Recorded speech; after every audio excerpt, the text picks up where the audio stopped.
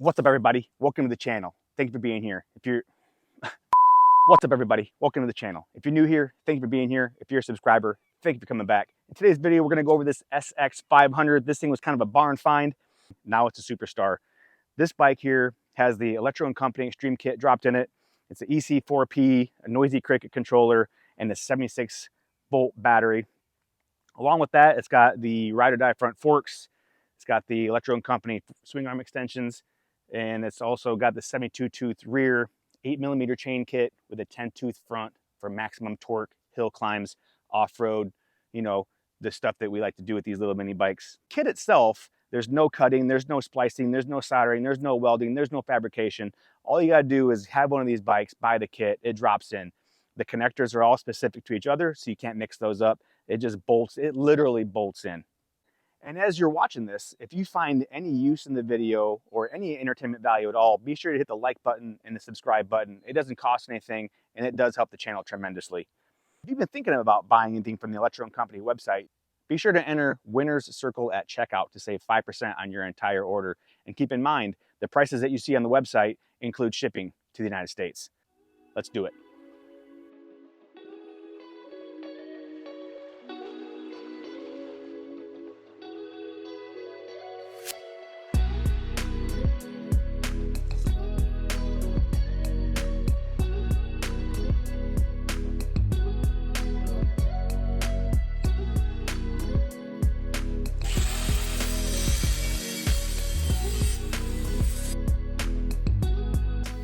Real quick, I'm gonna take this time to do a step-by-step, kind of quick, down and dirty install on these E&C swing arm extensions. Just get through this together and go step-by-step. I'll play some music for you, so you don't have to hear me ramble on. But anyway, let's go. You see here, the way this is gonna work, it's got a slot cut right here. It's gonna go in your existing axle bolt slot. So this is gonna slide up from here. It's gonna fit right in there, just like that. So that's in place. Now what I'm gonna do is I'm going to secure this in place.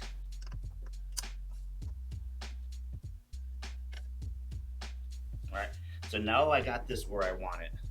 Now I'm gonna take and I'm gonna drill my holes in the swing arm right here. This isn't going anywhere. This is exactly where I want it. This is exactly how it fits. So I'm gonna just take my drill holes. These countersunk screws are gonna go in there and they're gonna permanently affix this aluminum extension to the swing arm. For this, I'm going to use a 5/16" drill bit. Probably need to lube that bit up a little bit with some oil.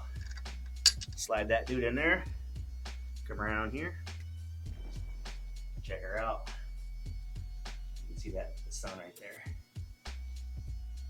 That's that.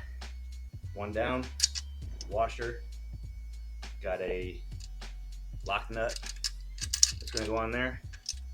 Easy peasy.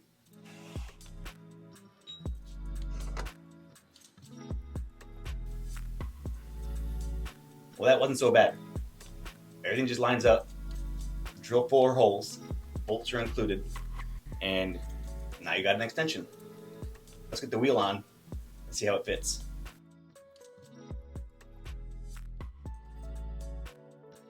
All right, guys, so I got the EC4P installed. I got the chain exactly where I want it as far as its tension, the adjustment in the back right here. The battery's just sitting here temporarily. This is going to be a test, so to speak. I got the throttle installed right here, the voltmeter. This is this will be the front brake, the on-off switch. And then these are the connections coming down to it. Here I have the Trumoto controller. I'm just gonna zip tie this in place for now, just for testing purposes and just a kind of bench test, if you will. So let's get this thing zip tied up to this top frame and get it plugged in and see what we got. And looking at the controller at the top, you really can't mess this up. If you look here, it's got the negative, it's got green, it's got a B for blue, a Y for yellow, and a positive over here for red. I mean, that's about as easy as it gets.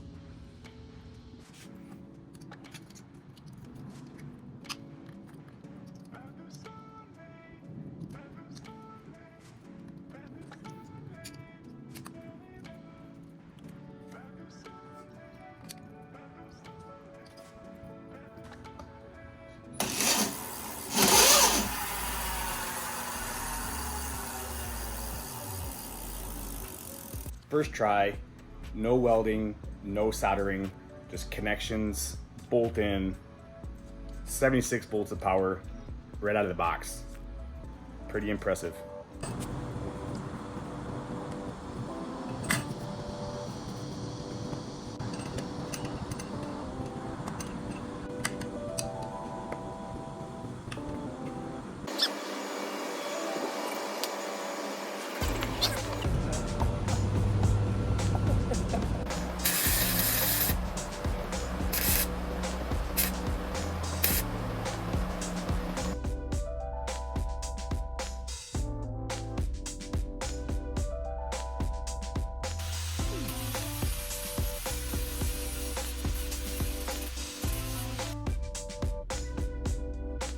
The power delivery on this Extreme kit is so tame.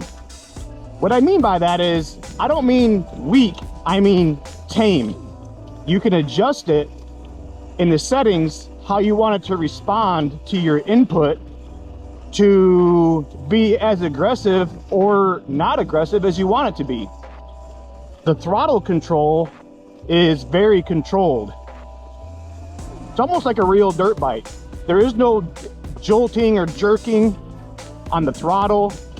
Very controlled, manageable, it's deliverable. If you're just getting into this and you're new and you're maybe worried about the speed or the torque this thing has, it's got a 3-speed switch right here on demand.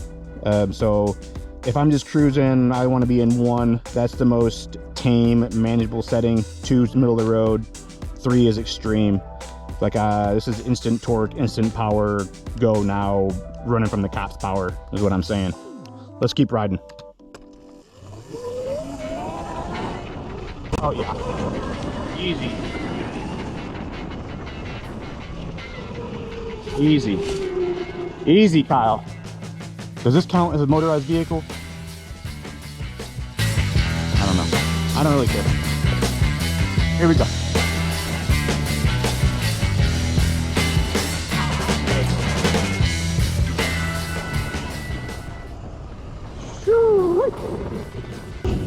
And when I'm riding, I like to have the regen up, to be honest with you. I like it that when I let up the throttle, that it starts to slow the bike down before I have to hit the brakes. For one, it saves me on my brakes. I don't really care so much about the battery savings that goes back into the battery, but I like that it slows the bike down. Some people might want to adjust that. You can do that in the app. You can adjust the amount of regen that you set your motor to, or your controller to. One thing to keep in mind though is if you do have regen set up, you have to have a welded freewheel or a solid sprocket mounted to your rim. You can't have the freewheel. That'll eliminate the ability for the motor to regen. Ah, dang. When they say it's more powerful than a Sur-Ron, I've ridden Sur-Rons and this is more powerful than a Sur-Ron, no doubt about it. Some people are going to ask, well, how long did the battery last? What kind of mileage do you get? Well, on this particular bike, I'm not concerned about the mileage. I'm not trying to go, you know, miles. I'm not commuting on it. And it's even hard to say like how many hours. So trail riding like this, where I'm just going, you know, 1/3 of the throttle or even 1/8 of the throttle, I could probably ride this thing all day. If I'm out on the street and I'm riding and I'm maintaining, you know, 35, 40 miles an hour, going to work, going to the store, grabbing beers, whatever, that's going to soak up your battery a whole hell of a lot more. So with the dirt bike version, I'm not overly concerned with the mileage that I'm going to get. I'm more concerned about the time that I'm going to have. And one other good thing about this controller, turn down the controller settings so that if you want to let your kid ride the bike or a more inexperienced rider, you can go into the settings and turn all the RPMs down, the amps down. You know, you can turn the bike down so that it's not so powerful. Anyway, enough blabbing. Enough blabbing. Let's get this bike. Blah, blah, blah.